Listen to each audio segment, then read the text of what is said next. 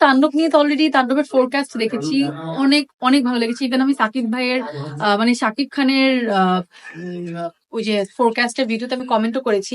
আমার কাছে খুবই মানে ওনাকে যতই দেখছি ততই মনে হচ্ছে যে আ সে নিজেকে বারবার চেঞ্জ করে নিজেকে ভেঙে নতুন একটা জায়গায় সে নিয়ে যাচ্ছে নিজেকে। তো তাণ্ডব আশা করছি এটা তো আসলে নতুন করে বলার কিছু নেই। তাণ্ডব যে তাণ্ডব করে ফেলবে। সাথে আমি চাই উৎসবও আসলে সবার ঘরে, ঘরে যাক। সবাই উৎসবটা দেখুক। সবার মুখে, মুখে যেন উৎসব থাকে।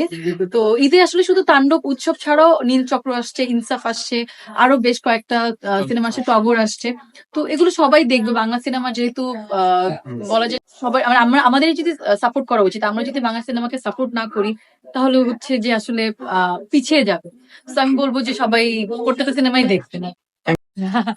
না আমি দেখলাম আসলে কমেডির কাজ তো আমার একটু কমই করা হয়। কারণ একটু মানে শুরু থেকেই একটু বেছে একটু যেগুলো তো ইনফরমেশন বা পারিবারিক গল্প এই টাইপের কাজ বেশি করা হয়েছে। আর মানুষ আমাকে একটু পারিবারিক গল্পতেই বেশি দেখতে পছন্দ করে। একটু ঘরের মেয়ে বা পাশের বাড়ির মেয়ে বা ঘরের বউ, লক্ষ্মী বউ এই টাইপের। তো ওই জায়গা থেকে আমার বহমিয়ান ঘোড়া আমার জন্য একদম ডিফারেন্ট একটা প্রজেক্ট। কারণ দেখেন কমেডি কনটেন্ট। তো ট্রেলার অলরেডি মানে খুব ভালো সাড়া ফেলেছে।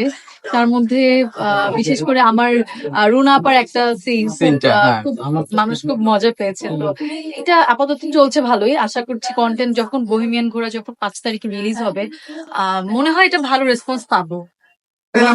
খুবই ভালো লাগছে কারণ অনেকদিন পরে একটা ওয়েব মুভিতে কাজ করেছি।